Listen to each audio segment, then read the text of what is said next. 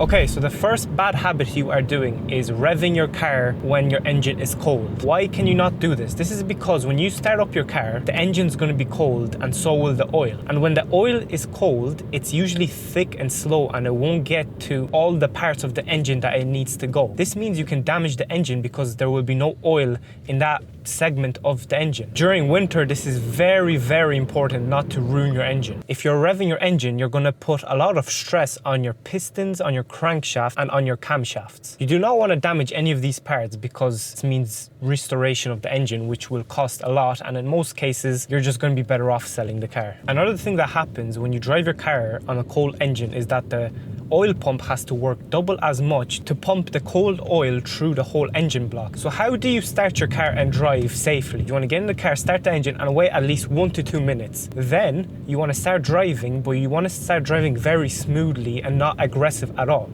You want to have the RPM around 2 to 3,000 and nothing above that until your engine is hot. So 90 degrees Celsius means your car is warm and is ready to be driven. Okay, so moving on to habit number 2, which is driving through deep water. A lot of people, when it's raining, they're going to be driving to the biggest puddles, making the biggest splashes ever. But little do they know is that this absolutely ruins the car. If the water gets into the engine block, water cannot be compressed like air. This means if the piston compresses the water, it's going to break the rod in the engine and your whole engine is going to be absolutely dead. And it doesn't stop at the engine. Your transmission and your differential can also have water in them, which is just going to make rust appear faster, and those parts are going to break essentially a lot faster. Water can hide potholes and different kind of things. So you can drive through a puddle and there can be a massive pothole and you're just going to ruin your suspension. So to conclude this whole point is just do not drive over massive puddles of water. Habit number 3, that could be one of the most important ones in this video, is holding your hand on the gear stick. So why should you not do this? This is because even when you slightly hold your hand on the gear stick, you're putting stress on the selector fork, which is in charge of moving the gears. If this breaks, you're gonna have to have a whole restoration of the transmission, and it is not cheap. Good tip of not doing this is either having an armrest, something like this, where you can rest your hand, or a better one is just to hold 2 hands on the wheel. Holding your hands on the wheel is always gonna be a lot more safer as well, because you're gonna have a lot more control over the car. This is a habit that is very hard to stop, and I wouldn't be surprised if you catch me doing this throughout this video. You just need to constantly remind yourself not to do this. Now moving on to habit number 4, this is driving on an empty fuel tank. Your fuel pump needs gas to stay cool.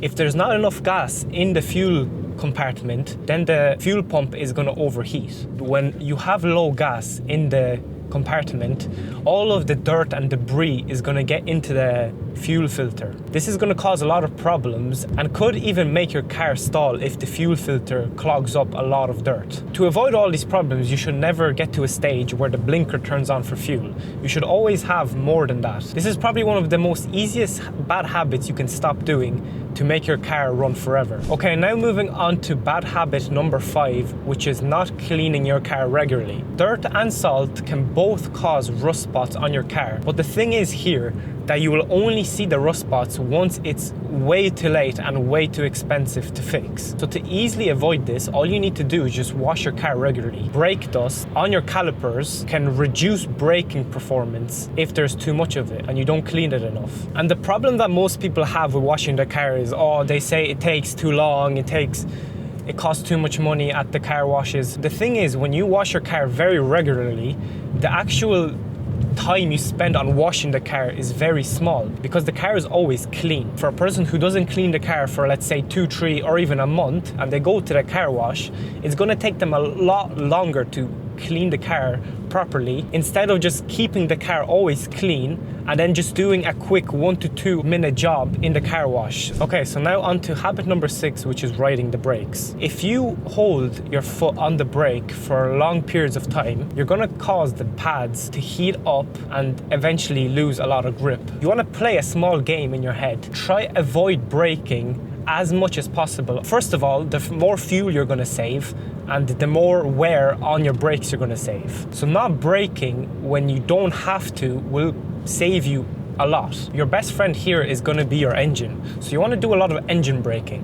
What engine braking is just getting off the throttle, like now for example, in gear, and now your engine is slowing down your car And like you can see, it's burning 0 fuel. This is a lot better than braking, but this does require a kind of planning ahead. You can do this a lot more consistently if you know the roads you're driving on, because you're gonna know when the turns are and when the traffic lights are. Habit number 7 is shifting when the car is still moving. So this applies when you're shifting into gear 1 or into reverse. You do not want to do this because this can put giant stress on the gears and eventually cause them to break. So parts that move the gears, like the selector forks for example, can actually bend or break if you do this very often. And automatic cars are also not exempt from this, because the exact same thing can happen. When you dump the throttle in the wrong gear, the same thing can happen as if you were going to shift into gear number 1 when the car is not moving. Habit number 8, which is hitting potholes and speed bumps way too fast. So you always want to obviously avoid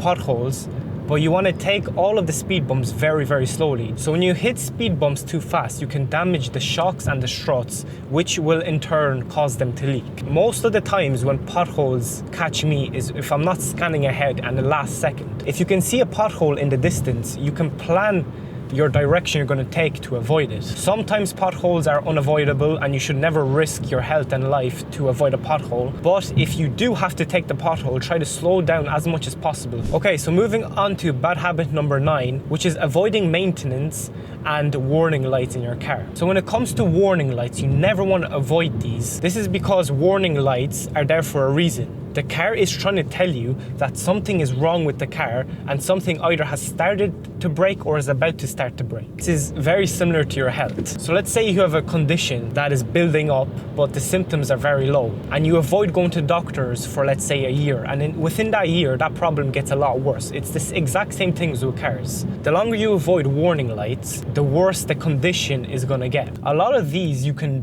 do practically at home. All you need is an OBD sensor. You want to plug that in and just find out what the problem is, and just check the internet for any parts. A lot of warning lights are either sensors that are broken or small parts that are actually pretty easy to fix. The last bad habit you are doing, avoiding tire pressure. If your tires are not at the right pressure, this can cause a lot of things. So for example, your car is going to be a lot less fuel efficient. You can lose a lot of grip in your car, and you can put yourself at big risks essentially. If you have too low pressure in your tires, this is going to make the car very hard and way less fuel efficient. And if there's too much tire pressure, then the car is going to get very stiff and the sidewalls are a lot more prone to damage. Temperature can change the tire pressure of your car. Hot increases tire pressure and cold decreases it. So depending what season you're on, you're going to have different tire pressures. Uneven tire pressure or wrong alignment of the car can cause the wear of the tires to be completely different. So like I mentioned before, if you've too much pressure in your tires, it's going to start wearing out the very center. But if you have too little, then the sides of the tires is going to get worn out faster. This is why you should always follow the recommendations of the manufacturer when it comes to PSI.